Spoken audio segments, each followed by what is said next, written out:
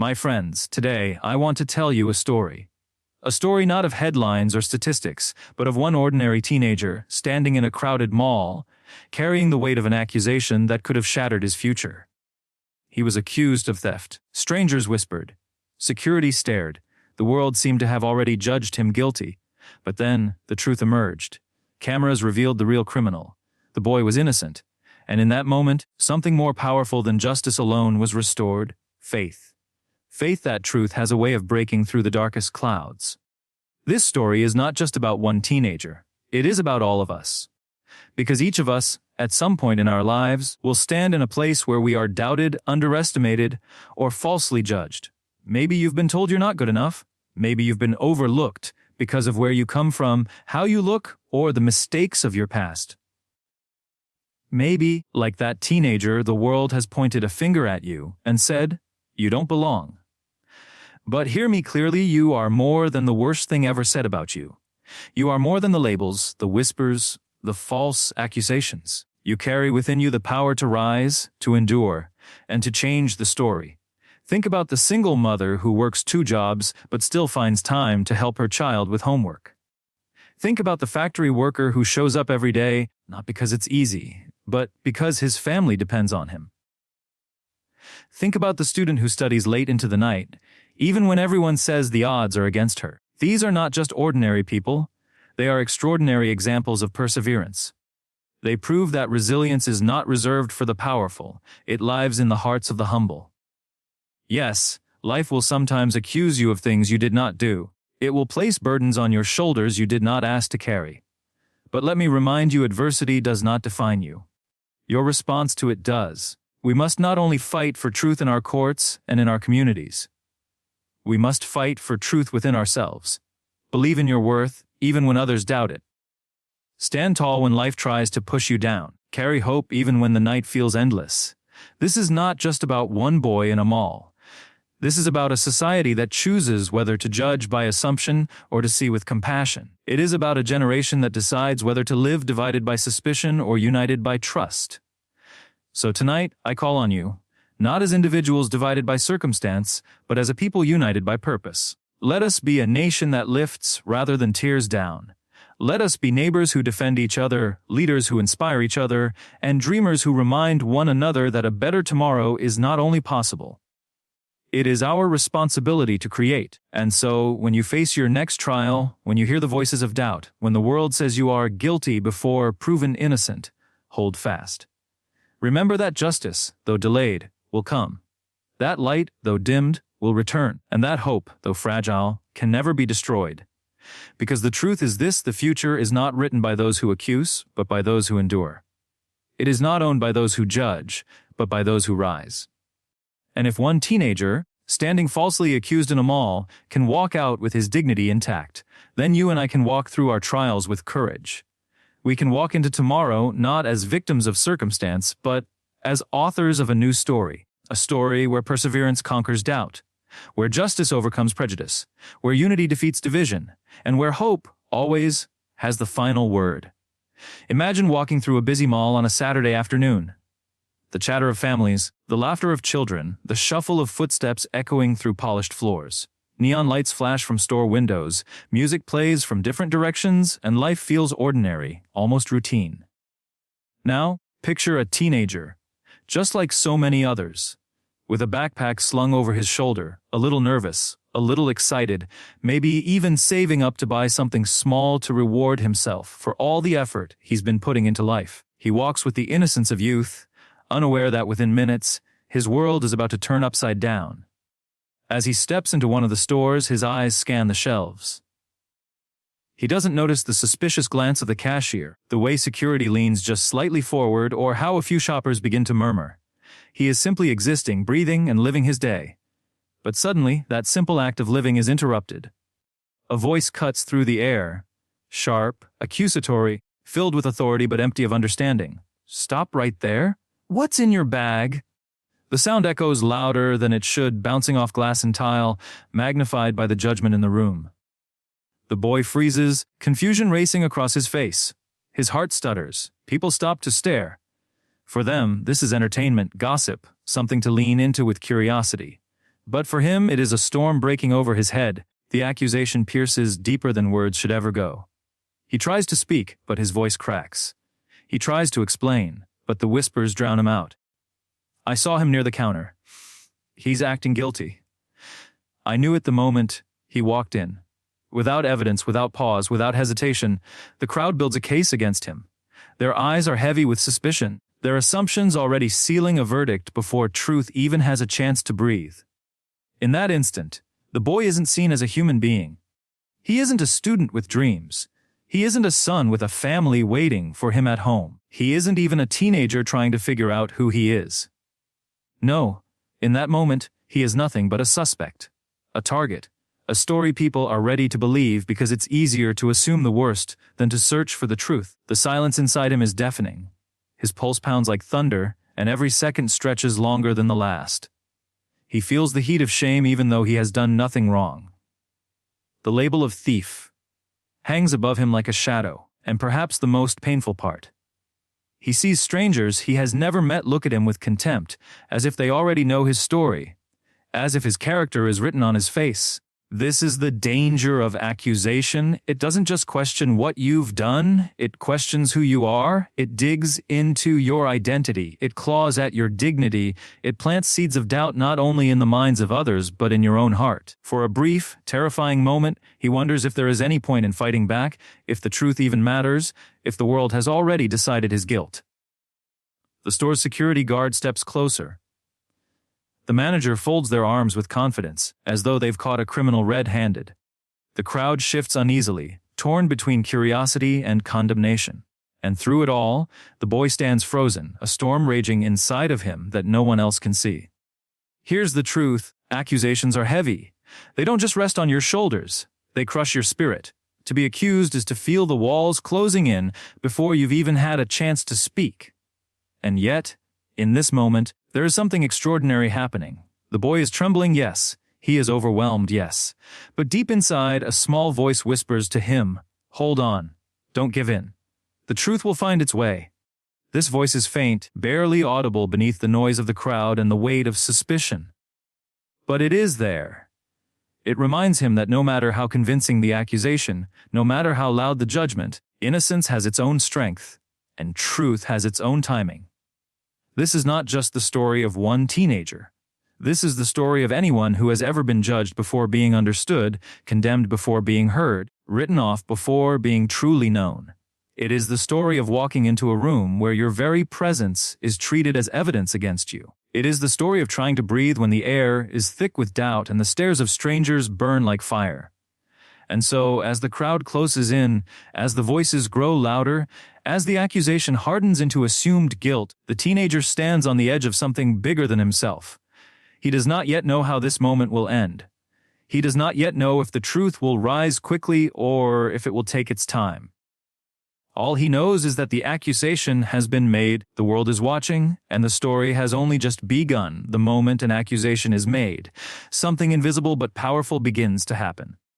It is not just words spoken out loud. It is the weight of judgment pressing down. It begins with a glance, a murmur, a tightening of the air. The boy, still standing in the center of the store, feels it like a physical force, heavier than the bag slung across his shoulders. He has not been proven guilty, but already the world treats him as though he is. Judgment has a way of spreading like fire. One whisper leads to another, and soon the crowd doesn't just see a boy. They see a suspect. They don't see his nervous smile or the fact that his hands tremble with fear. They only see what they believe fits the accusation. And belief, when unchecked, can be more dangerous than fact. The human mind is quick to build stories, quick to connect dots that were never meant to touch. "Look at the way he stands," someone mutters. "He looks guilty." Another adds, "I knew he was up to something." These words strike him harder than any shove could. They are not simply observations. They are verdicts being handed down without trial. The boy feels his chest tighten, his throat close. He wants to shout, to protest, but the fear that no one will listen grips him even tighter. The crowd stares with eyes that don't see him, but rather the idea of him they've already constructed. In those eyes, he is not a student working hard to pass his exams. He is not a son who helps his younger siblings with their homework. He is not even an ordinary teenager walking through a mall. In their eyes, he has become a thief, and that transformation happens so quickly, so easily, that even he begins to wonder if fighting it is pointless. This is the crushing power of judgment. It strips away identity, it erases humanity, and it replaces truth with assumption. It convinces the innocent that their voice will never be strong enough to rise above the noise. And perhaps the most terrifying part is this: once the world has decided who you are, it will twist every movement, every breath, every silence into evidence of its belief. If he stands still, they will say he looks nervous. If he speaks, they will say he's making excuses. If he protests too loudly, they will call it aggression. The walls of the store feel like they are closing in. The security guard edges closer, eyes narrowed, hand resting on his belt as if waiting for the moment to act. The manager taps her foot, impatient, certain she's caught someone in the act. The boy feels his knees weaken beneath the pressure of so many stares, his spirit shrinking under the crushing weight of judgment that grows heavier with each passing second. And yet, even in this suffocating moment, something remarkable stirs. Because judgment, as heavy as it feels, is not unbreakable. For in the silence of his mind, the boy hears a faint reminder that judgment may shape perception, but it does not define reality. Reality is truth, and truth has a way of cutting through the fog. He holds on to that thought, as fragile as a single thread in a storm, because it is all he has. But the crowd does not let up. Strangers who know nothing about his life lean into their certainty. They exchange knowing glances, nodding as if their suspicions are facts carved in stone. It is as if the entire mall has turned into a courtroom with no defense, no jury of peers, only a mob hungry to be proven right. This moment is bigger than one boy. It is a mirror held up to us all. How often do we do the same? How often do we see someone, hear a rumor, catch a single detail, and decide we know their whole story? How many times have we carried the weight of judgment into our workplaces, our schools, our communities, placing burdens on people who never deserved them? The weight of judgment is heavy not just because of how it crushes the accused, but because of how it deforms the one who judges. To judge without truth is to blind yourself, to walk through the world seeing shadows instead of light. And yet, this is the easier path: to assume instead of to ask, to condemn instead of to listen. That is why so many fall into it, why the boy now feels trapped in the center of something much larger than himself. His heart beats faster. His breath comes in short, sharp bursts. He clutches the strap of his bag tighter, not because he hides something, but because it is the only thing grounding him to reality. Around him, whispers grow into murmurs, murmurs swell into quiet gasps, and the air grows so thick with doubt that even he feels himself disappearing beneath it. And here lies the dangerous truth. The weight of judgment can become so heavy that it convinces even the innocent to doubt their own innocence. It can blur the lines between what is real and what is assumed, what is truth and what is believed. The boy feels the shadow of guilt pressing onto him like a cloak he never asked to wear, and he wonders how much longer he can carry it before it breaks him completely. Fear is a powerful thing. It doesn't always roar like thunder. Sometimes it creeps in quietly, settling deep inside, whispering lies that sound like truth. In that mall, with dozens of strangers staring at him, the boy begins to feel it crawl into his chest. It is not just the fear of being misunderstood. It is not just the fear of being embarrassed. It is something much heavier. It is the fear of injustice. He knows what people can do with a single assumption. He knows how quickly a reputation can be destroyed, how fast the label of criminal can attach itself and refuse to let go. He has heard the stories of young men accused of things they never did, of lives altered in seconds, of futures stolen not by wrongdoing, but by the weight of judgment. And now, standing in the center of this store, he wonders if he is about to become one of those stories. The guard's presence looms larger now. The way he grips his radio, the way his eyes narrow, the way his body shifts with authority, all of it sends shivers down the boy's spine. The manager is already convinced. The shoppers have already decided. And the boy feels the terrifying possibility that none of them will care about the truth. That the truth itself might not matter at all. Injustice is not just about what is done to you. It is about the helplessness you feel when your voice is ignored, when your explanations fall on deaf ears, when the very system that is meant to protect you instead turns against you. And in that moment, The boy feels the crushing weight of a question he cannot escape. What if I can't prove my innocence? What if they don't believe me no matter what I say? His heart races faster. Every second feels like an eternity. The world around him seems blurred, muffled, distorted, as though he has been pulled into a nightmare where logic no longer matters. The whispers from the crowd echo like verdicts. He did it. I know he did.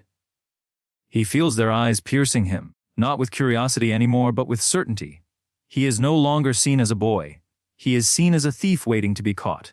And then comes the darkest thought of all. What if the police arrive?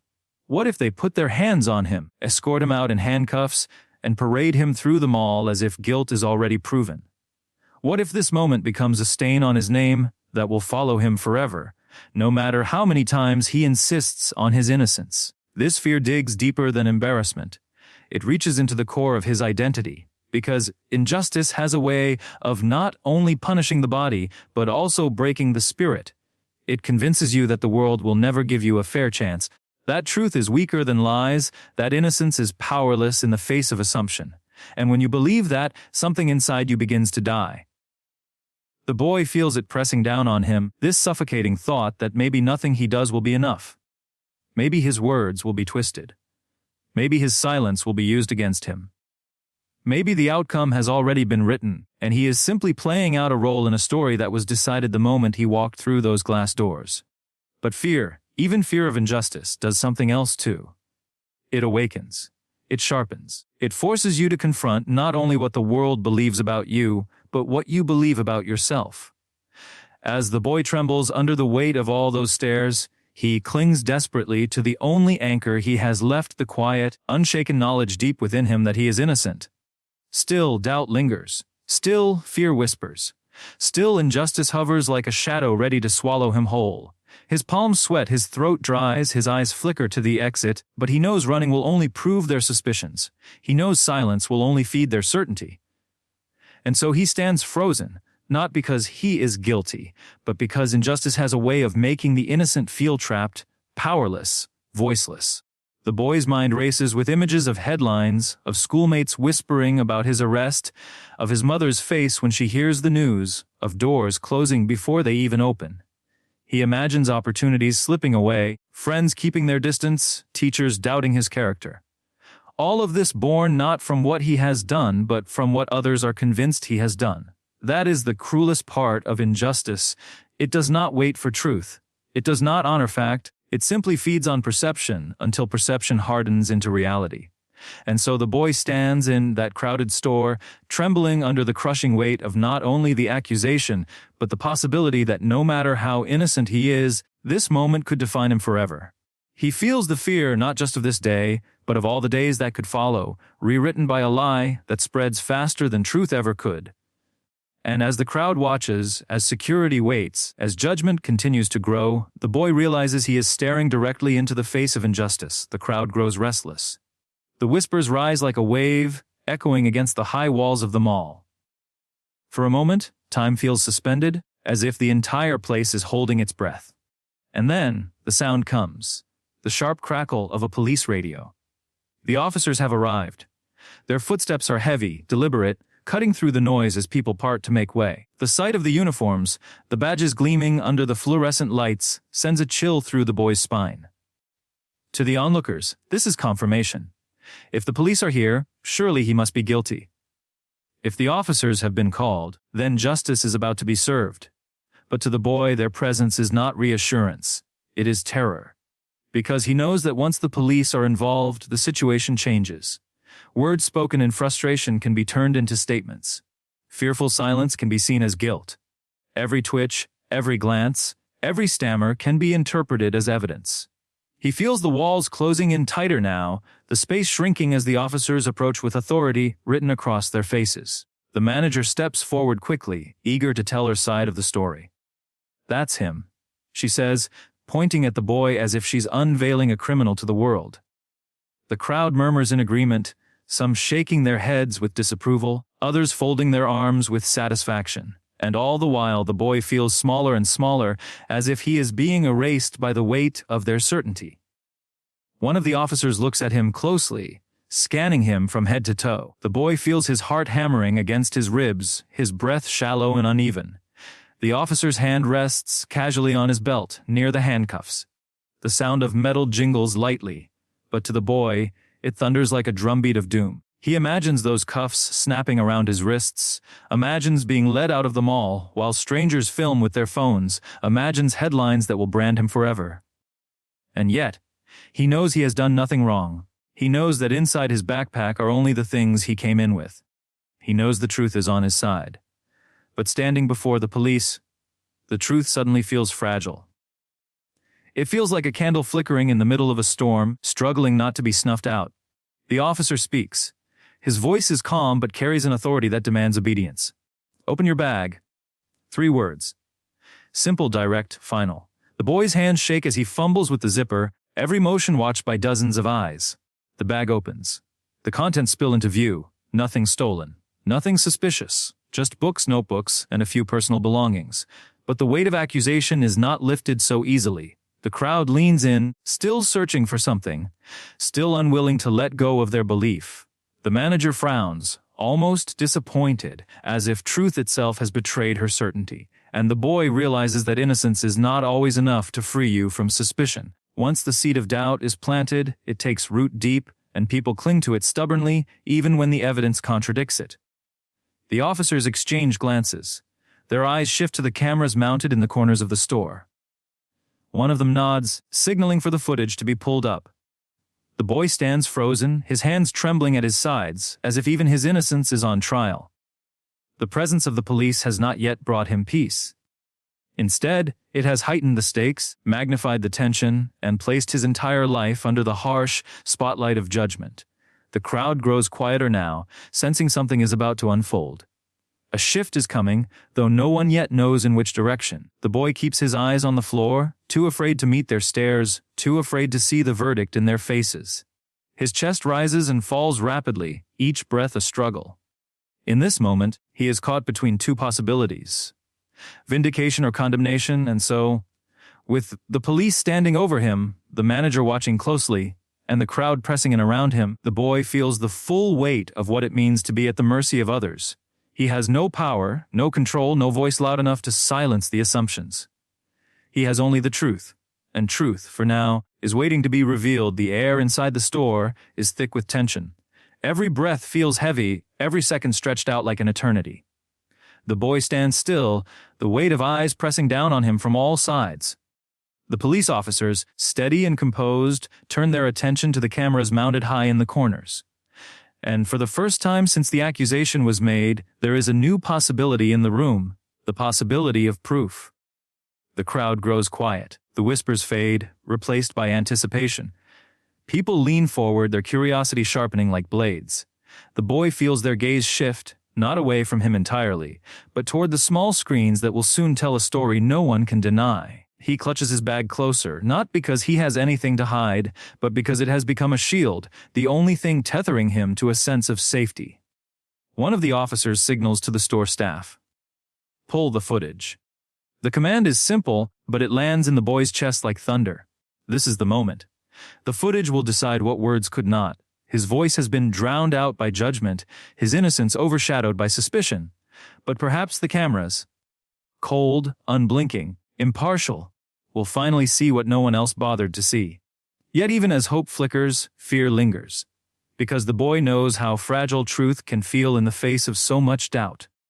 He worries that the angle will miss the moment, that the recording will be unclear, that somehow even proof will not be enough to erase the certainty etched into the faces around him. That is the cruel nature of injustice. It teaches you to distrust even the very things that should protect you. The manager stands with arms folded, her expression tight, confident that the cameras will confirm her suspicion. The guard shifts impatiently, already rehearsing the moment when he will escort the boy out. The crowd watches like an audience waiting for a performance, each of them invested in the outcome, though none of them know the cost of it as deeply as the boy himself. The screen lights up. Grainy footage begins to play. The boy's heart hammers so loudly he swears others can hear it. There he is on the screen, walking through the store, glancing at the shelves, adjusting his backpack strap nervously. He sees himself from the outside, and for a strange moment, it feels like he's watching a stranger's life unravel. Every detail is scrutinized.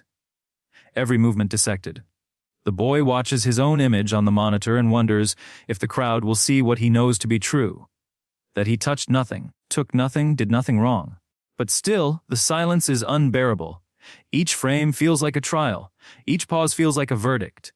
Then, something shifts. The footage continues, showing another figure moving in the background. Someone else lingers near the shelves, hands twitching, movements subtle but deliberate. The boy sees it. The officers see it. The crowd sees it. A spark of possibility flickers in the air. Could it be? Could the real story be unfolding before their very eyes?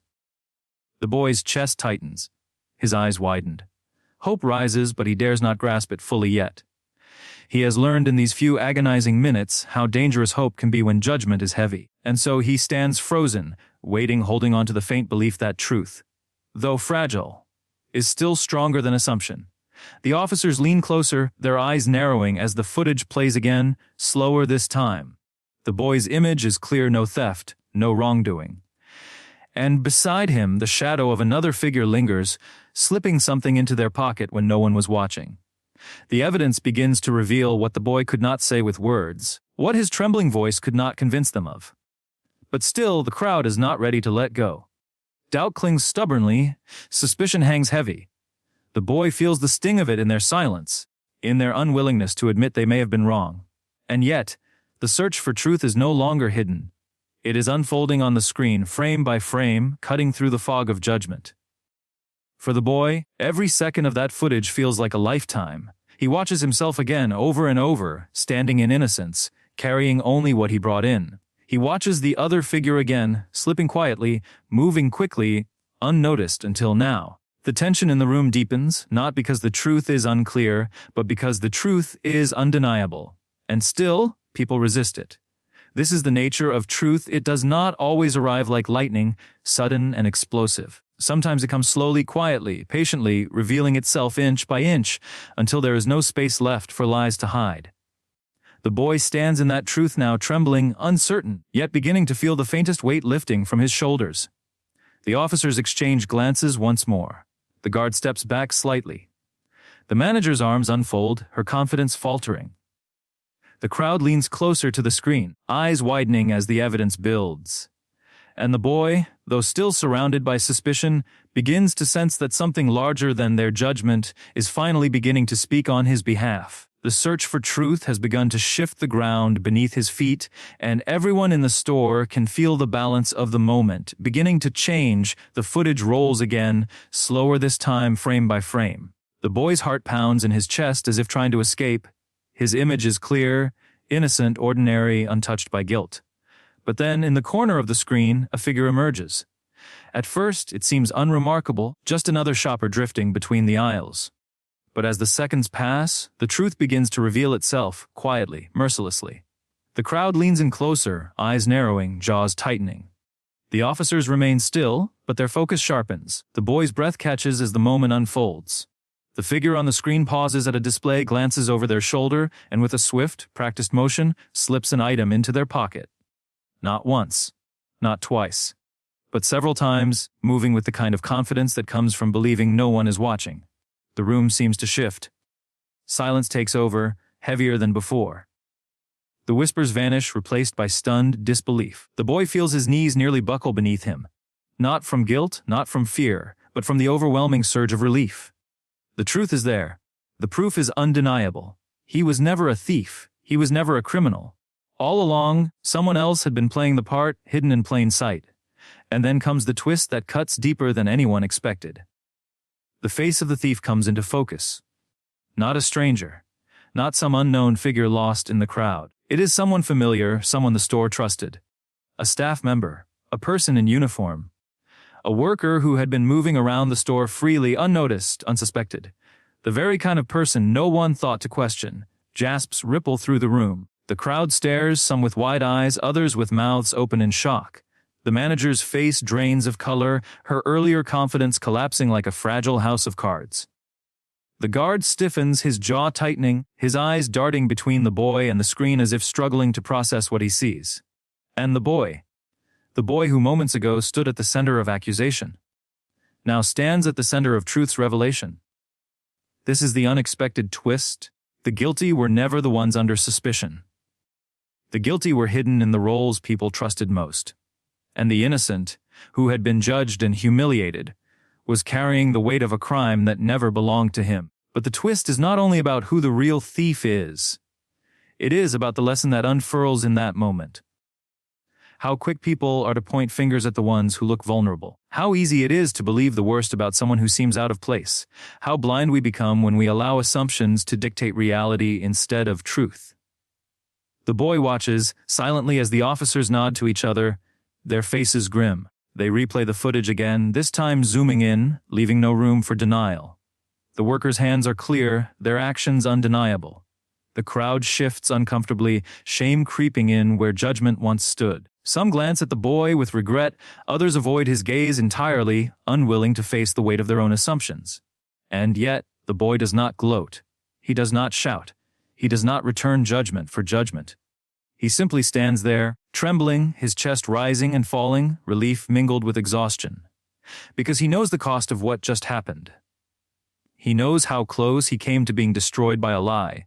He knows that even though the truth has set him free, the memory of the accusation will never fully leave him.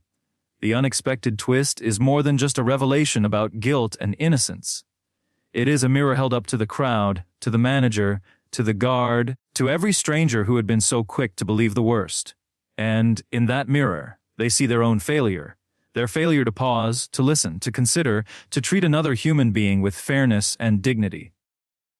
But it is also a mirror for us. Because how often do we, too, accuse without proof? How often do we let appearances deceive us, assumptions guide us, and prejudice write the story before truth ever gets a chance? This twist is not only about justice in a single store, it is about justice in the world we live in every day. The boy exhales slowly, his hands unclenching for the first time since this nightmare began. He feels the weight beginning to lift, though not completely. Because while the cameras revealed the real thief, they also revealed something else. The fragility of trust, the danger of quick judgment, the cost of injustice. The officers moved toward the guilty worker, their presence now shifted, their authority redirected. The crowd's attention follows them, but in the corner, the boy still stands, quiet, steady, carrying the scars of what he endured. And though the truth has been revealed, though the twist has shocked everyone into silence, the story is not finished. It has only entered a new chapter, where consequences must follow and lessons must be learned. The silence after the revelation feels louder than the noise that came before it. For so long, whispers and accusations had filled the air, suffocating the boy with the weight of suspicion. Now, with the truth flashing on the screen for all to see, that same silence feels like a storm about to break. Every eye that once bore down on him with judgment now lingers in shame, uncertainty, or shock. The officers exchange glances, their movements calm but firm as they step toward the true thief. The worker, caught in the glow of undeniable evidence, shrinks under the spotlight of truth. The crowd follows with hushed eyes, but something subtle shifts in that moment. Attention begins to drift back toward the boy, the accused. The one who had stood quietly, carrying the unbearable burden of being seen as guilty without proof. For the first time since this ordeal began, the boy breathes without fear. It is not a triumphant breath. It is not a victorious exhale. It is the kind of breath that comes when someone has been holding on for too long, barely keeping themselves afloat, and finally, the surface breaks and air fills the lungs again. The guard who had cornered him looks away, as if the ground beneath his feet has swallowed his certainty whole. The manager's lips tremble, her authority crumbling in the face of her mistake. And those who had watched, who had whispered, who had pointed, now feel the invisible weight of their own silence pressing against their chests. They had been wrong, all of them. The boy's innocence is no longer a question. It is a fact. It is true. It is undeniable, unshakable, irreversible. Yet even as the truth sets him free, he does not feel completely free. For in his heart, he knows what it feels like to be chained by suspicion, bound by prejudice, locked in a cage built not of iron bars, but of people's assumptions. The release of truth is not just about clearing his name. It is about exposing the fragility of justice when it depends on appearance rather than evidence. It is about reminding everyone present and perhaps everyone beyond. That a single moment of false judgment can crush a life, and if not for the patience of waiting for truth to emerge, his story might have ended differently. He closes his eyes for a moment, steadying himself. The images play in his mind: the guard's accusing hand, the manager's sharp voice, the crowd's condemning stares. They are memories etched deep, and though they can never be erased, they are now joined by another image: the undeniable footage of the real thief caught in the act. That image becomes his vindication, his shield against the doubts that once pierced through him. The crowd begins to murmur again, but this time it is different. The whispers carry guilt, regret, and quiet acknowledgement. Some shake their heads in disbelief, others glance at him with eyes that silently apologize but cannot undo the damage already done. And in that moment he stands taller. Not because he wants to boast, not because he wants to retaliate, but because he has survived what few could bear. He has endured injustice and emerged with dignity intact. The officers turn back briefly toward the boy, their stern expressions softening, their silence acknowledging what their words cannot fully express. The truth has spoken, and it has spoken in his favor. And though no one voices it aloud, everyone knows what they are witnessing: the release of a burden that was never his to carry. Yet the release of truth is more than personal vindication. It is a revelation to all who doubted, a message etched into the fabric of that moment. That truth has power. That patience has worth. That even when the world turns against you, the light of justice can break through the darkest clouds. The boy lifts his gaze, his chest rising with a newfound steadiness. He does not smile. He does not cry. He simply allows the truth to settle over him like a cloak of quiet strength. He feels the shift in the air. The same people who once looked down on him now look at him differently. Not with admiration yet, but with a recognition that cannot be ignored. He has walked through fire and stood in the heat of accusation, and though the flames tried to consume him, they did not win. The release of truth is not loud. It is not a shout or a celebration. It is quiet. It is heavy. It is real. It is the weight of chains falling away, one link at a time, leaving behind the scars of what was carried, but also the proof that it could be carried. And in that quiet release, something greater begins to stir, not just in the boy, but in everyone who witnessed the rise of truth against the tide of lies. The mall felt different now. The air, once thick with judgment, seemed to hang heavy with regret. People who had been so quick to whisper, so quick to nod in agreement with the accusations, now stood frozen in the echo of their own silence. Their faces told the story, not one of relief, but of recognition. Recognition of how easily they had been swept into the tide of assumption. The truth had been revealed, and it struck like lightning. It wasn't just about a boy being innocent. It was about what everyone had allowed themselves to believe before they had even seen the evidence. They had allowed a single accusation, a single moment of suspicion, to define who he was in their minds.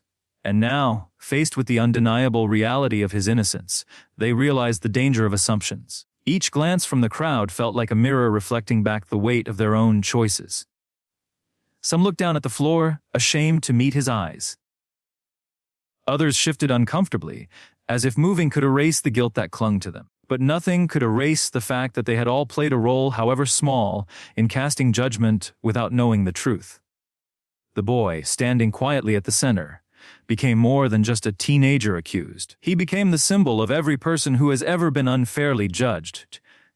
Every man or woman who has ever walked into a room and felt the invisible eyes of suspicion. Every child who has ever been blamed for something they didn't do. Every soul who has carried the weight of false labels, lies, and assumptions. And in that moment, the lesson became painfully clear: assumptions are dangerous.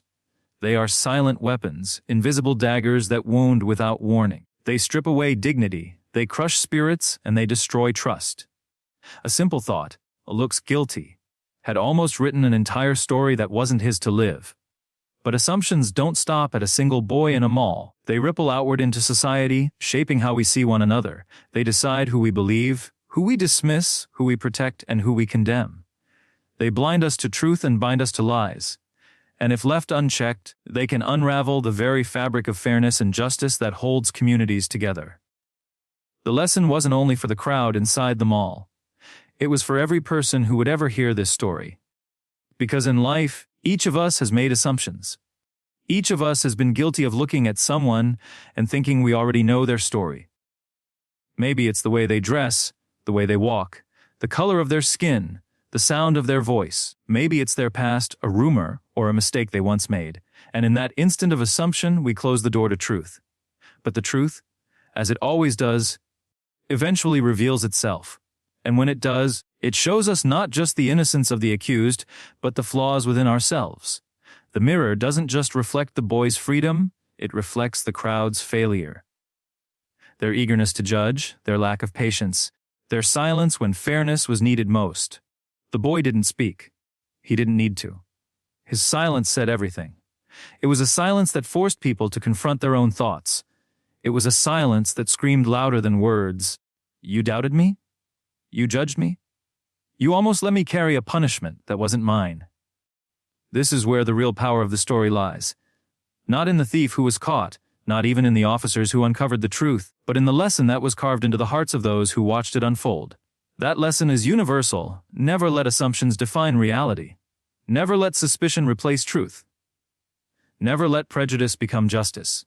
And as the boy stood tall, innocence proven, the crowd realized something deeper. They realized that their mistake could not be undone, but it could be remembered. Remembered as a warning. Remembered as a moment that demanded change. A moment that required each person to ask themselves hard questions. How many times have I judged without proof? How many times have I let assumptions guide my choices? How many times have I hurt someone by believing a story that wasn't mine to believe? The lesson was no longer about them all. It was about the world beyond it. A world where assumptions are made every day, in schools, in workplaces, in neighborhoods. A world where innocent lives are burdened, opportunities are stolen, and people are broken. Not because they were guilty, but because someone assumed they were. And so, the mall transformed that day into more than just a place of commerce. It became a courtroom of the human heart, where assumptions were tried, judged, and found guilty. It became a reminder that we all hold the power to either destroy or defend the truth. And that power often begins with the smallest of choices to assume or to seek the facts. As the truth unfolded and the real thief was revealed, the boy stood at the center of it all, not broken, not bitter, but unshaken. There was something about his posture, the way he held himself in that moment, that spoke louder than any words could. He was no longer just a teenager who had been accused. He had become something more, a living symbol of perseverance. Because think about it, he had endured the whispers, the stares, the judgment. He had felt the weight of being labeled guilty before he even had a chance to defend himself. He had watched as strangers, and even authority figures, questioned his worth, questioned his honesty, questioned his very character. Yet, through all of it, he had chosen not to explode in anger, not to crumble in despair, but to stand tall and endure. That is perseverance. Perseverance is not just about pushing through physical challenges. It's about standing strong when your reputation is under attack. It's about holding your head high when lies surround you. It's about walking forward when everything inside you wants to collapse.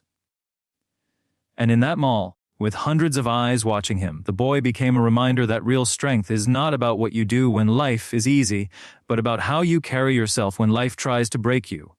In his silence, there was resilience. In his stillness, there was defiance. In his patience, there was victory.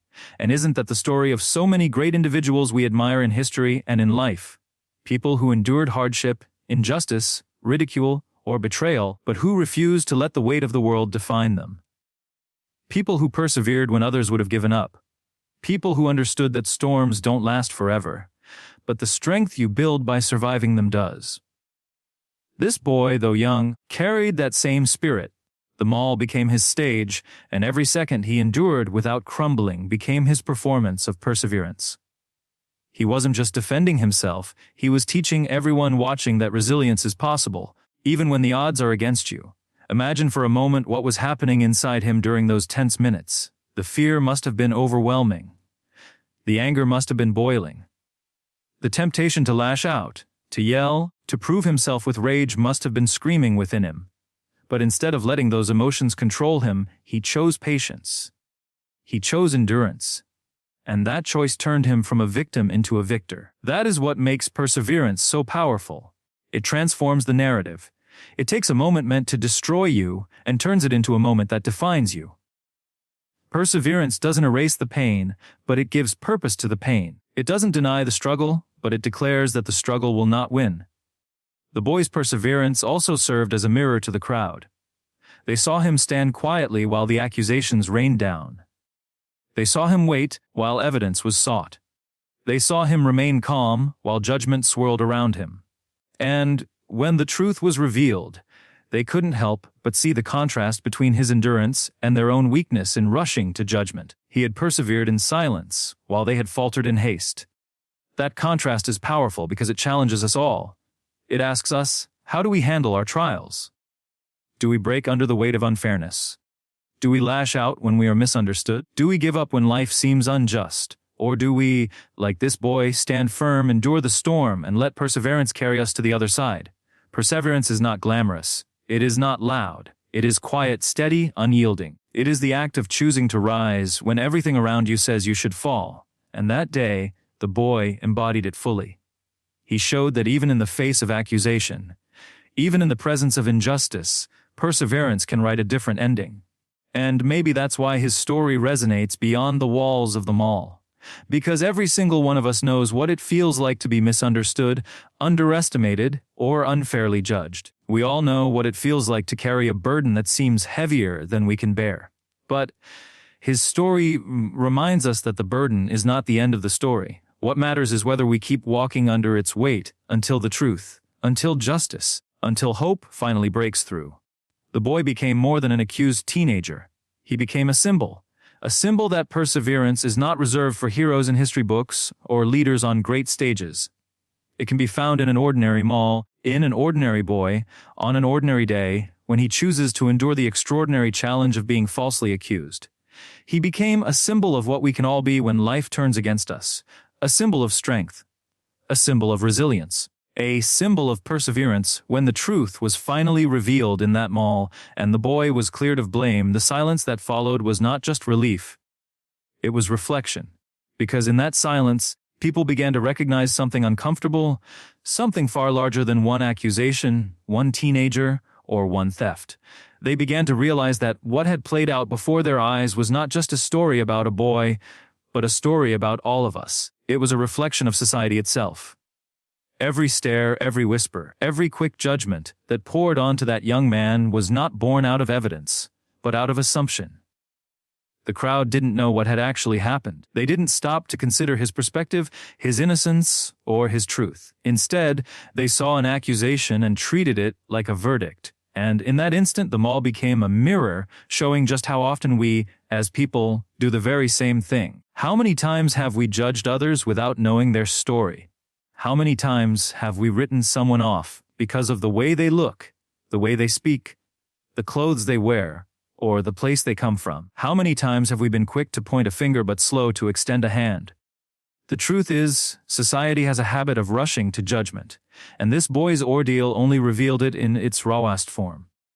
The reflection was not flattering. The people who had gathered around thought they were bystanders, simply watching events unfold, but in reality, they were participants. Their judgment was as much a part of the trial as the accusation itself. Their silence when the boy was being surrounded, their murmurs that fueled suspicion, their expectation of guilt. All of it revealed how easily the majority can stand against the innocent when truth is still waiting to be found. But perhaps the most powerful reflection is this: society often fails its most vulnerable, not because of laws or systems, but because of the choices of ordinary individuals in ordinary moments. In that mall, the boy didn't just stand against an accusation. He stood against the weight of collective assumption. He became the center of a storm created not by evidence, but by perception. And isn't that what so many people face every day? Misunderstood, mislabeled, misjudged by a society too eager to conclude and too hesitant to understand. Yet in that same reflection, there was hope. Because when the police revealed the truth, when the real thief was exposed, those same bystanders were forced to confront themselves. They had to acknowledge how quickly they were wrong, how easily they were swayed, how carelessly they had stood on the wrong side of justice. And sometimes, it takes moments like this, moments that sting, moments that shame us, to wake us up to our responsibility as a society. This reflection challenges us all. It asks us hard questions. Do we treat people with fairness, or do we fall into the trap of stereotypes? Do we slow down enough to seek truth, or are we content with surface appearances? Do we stand up for the vulnerable, or do we shrink into silence while they suffer under the weight of our indifference? These questions are uncomfortable, but they are necessary because society cannot change until individuals do. And maybe that is why this story is more than just about one boy. It is about who we are, collectively. It is about how easily the truth can be overlooked when judgment comes first. It is about how fragile justice becomes when compassion is absent. And it is about the fact that every single one of us holds the power to either perpetuate injustice or interrupt it. The reflection of society in that mall was not perfect. It was flawed, stained by bias, clouded by assumption. But in seeing those flaws, there is also an opportunity. An opportunity to build something better. An opportunity to create a culture where truth is valued above rumor, where innocence is protected until guilt is proven, where every individual is treated with dignity even in the face of accusation. Because the boy's story is not just his own. It is a lens into how quickly society can falter and how desperately it needs to rise. And if we are willing to see ourselves in that mirror, if we are brave enough to admit where we have failed, then perhaps his struggle will not have been in vain. Perhaps it will become the spark that forces us to be better. Not just in malls, not just in public moments of spectacle, but in everyday life, in every encounter, in every judgment we make.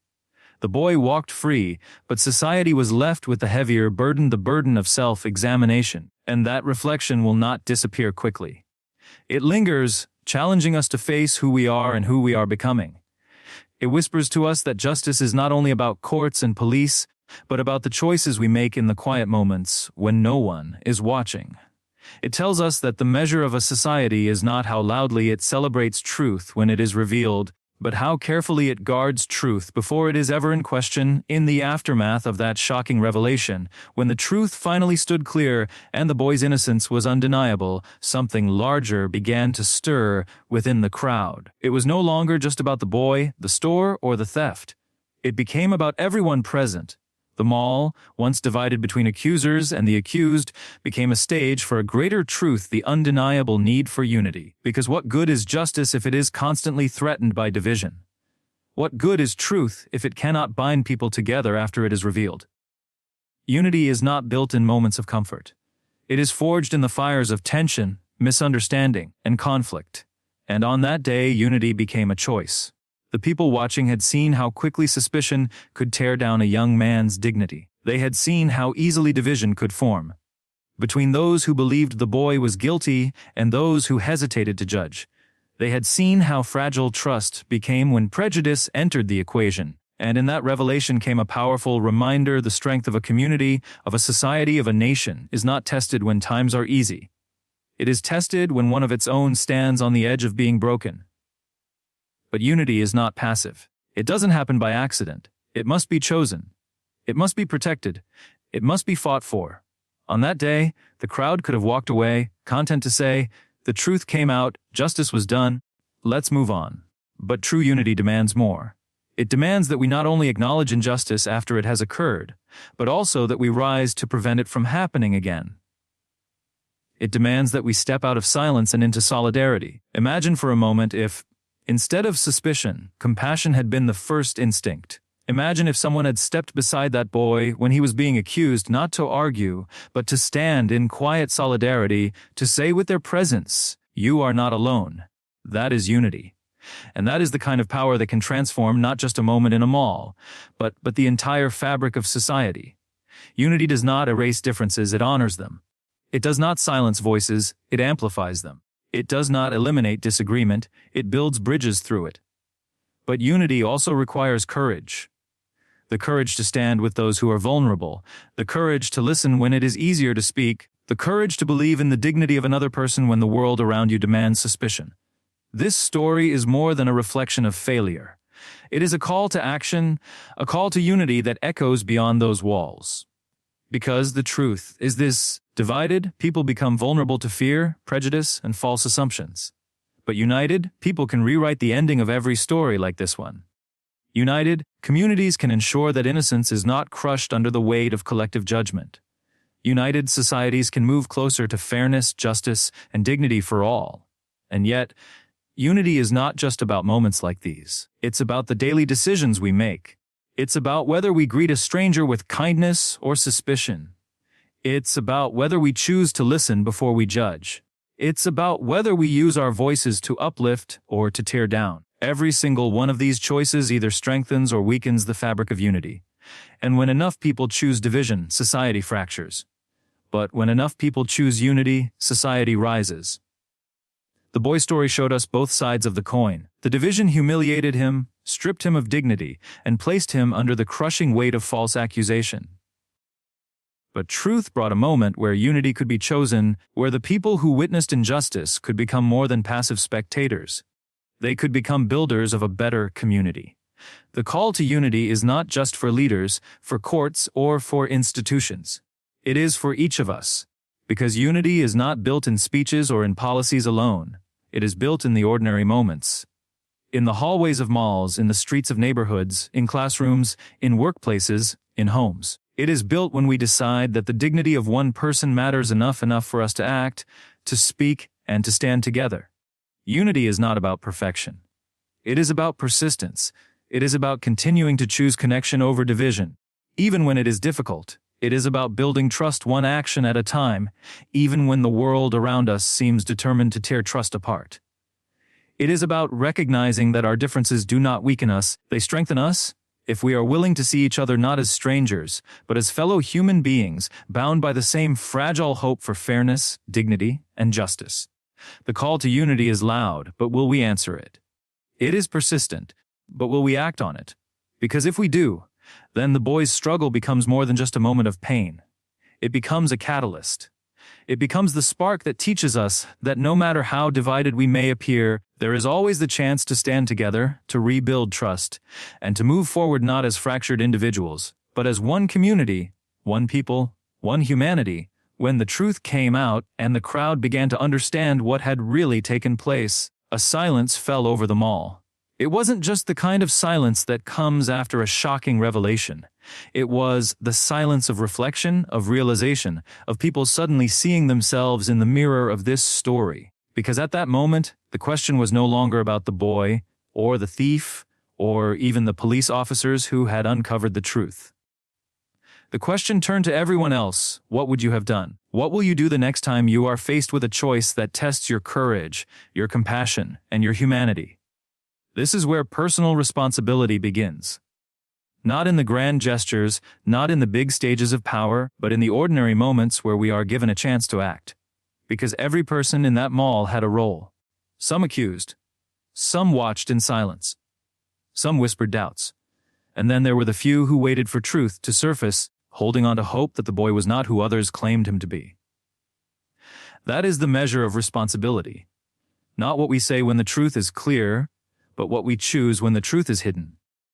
Personal responsibility means asking ourselves, how often do we remain silent when injustice takes place in front of us? How often do we allow suspicion or prejudice to cloud our judgment? How often do we let fear of standing out keep us from standing up? Because silence may protect us in the moment, but it betrays the very principles that hold society together. Responsibility demands more.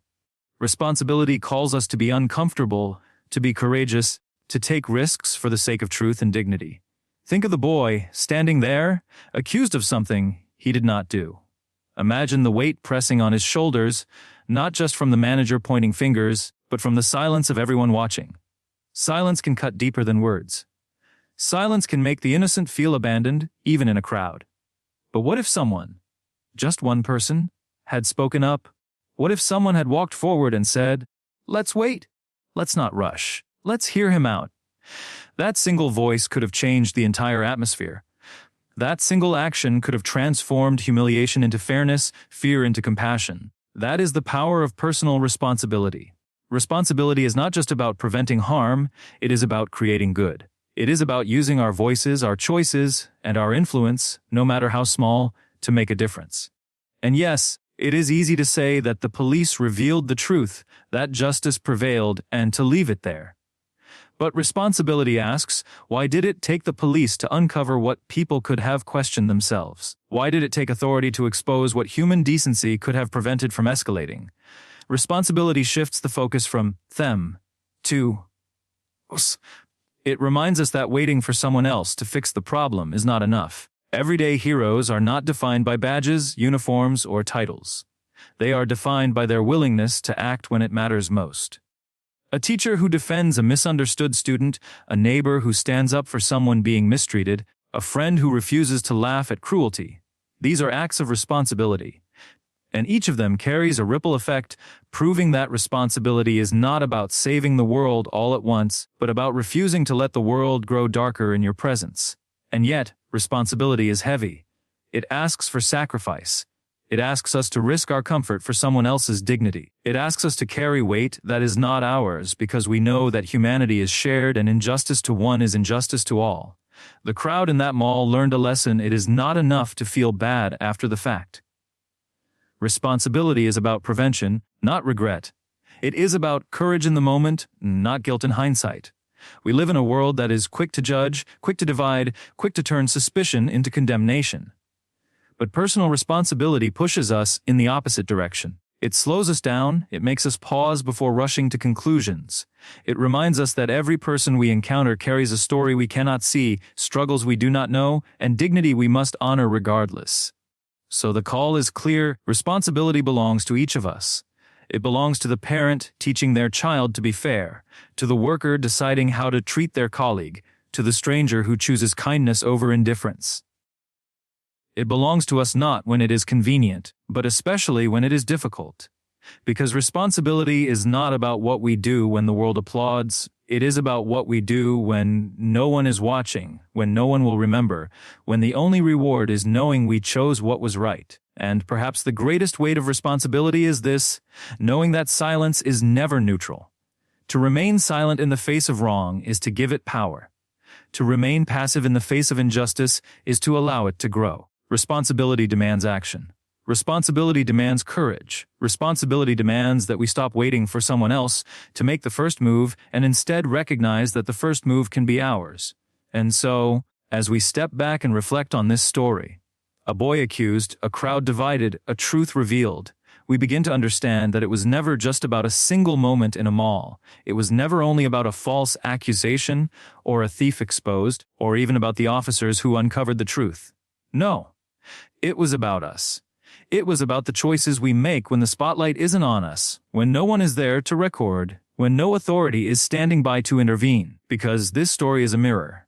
It shows us the dangers of assumption, the weight of silence, and the cost of letting fear dictate our actions. But it also reveals the incredible power that comes when people dare to pause, dare to question, dare to stand for what is right even when the world is ready to move in the opposite direction. Each keynote has led us here, from the unfair suspicion, to the courage of truth, to the lesson of unity, and finally to the call of responsibility. And now the challenge is not for the boy in the story, not for the police, not for the bystanders who will go home with regret in their hearts. The challenge is for us. What will we do when our moment comes, when injustice stands before us in a quiet disguise? When someone else is carrying the weight of false judgment, and the only thing missing is a single voice of courage? Will it be ours? The future is not built by chance. It is built by choices. It is built by ordinary people who choose to act in extraordinary ways, by neighbors who refuse to stay silent, by strangers who decide that another person's dignity is worth protecting. It is built by those who understand that every small act of responsibility is a brick in the foundation of justice, a light in the face of darkness, a stand that says, not here, not now, not today. And as you carry this story with you, let it remind you that change is not waiting for someone else to deliver it. Change is waiting for you to begin it. Justice is not an idea in books or speeches. It is a living choice that breathes through us every day. Hope is not abstract. It is planted each time we choose compassion over judgment, truth over assumption, courage over silence. So let us rise to the responsibility this story leaves us with. Let us be the ones who will not stand back when others rush to condemn. Let us be the ones who remember that silence is never neutral. Let us be the ones who prove that justice is not the duty of the few, but the calling of us all. And when history looks back, when someone else tells the story of our generation, may it be said that we were the ones who refused to look away, refused to remain silent, refused to let fear win. That we were the ones who turned suspicion into truth, division into unity, despair into hope. That we were the ones who understood, deeply, unshakably, that responsibility begins not with them, not with others, but with us.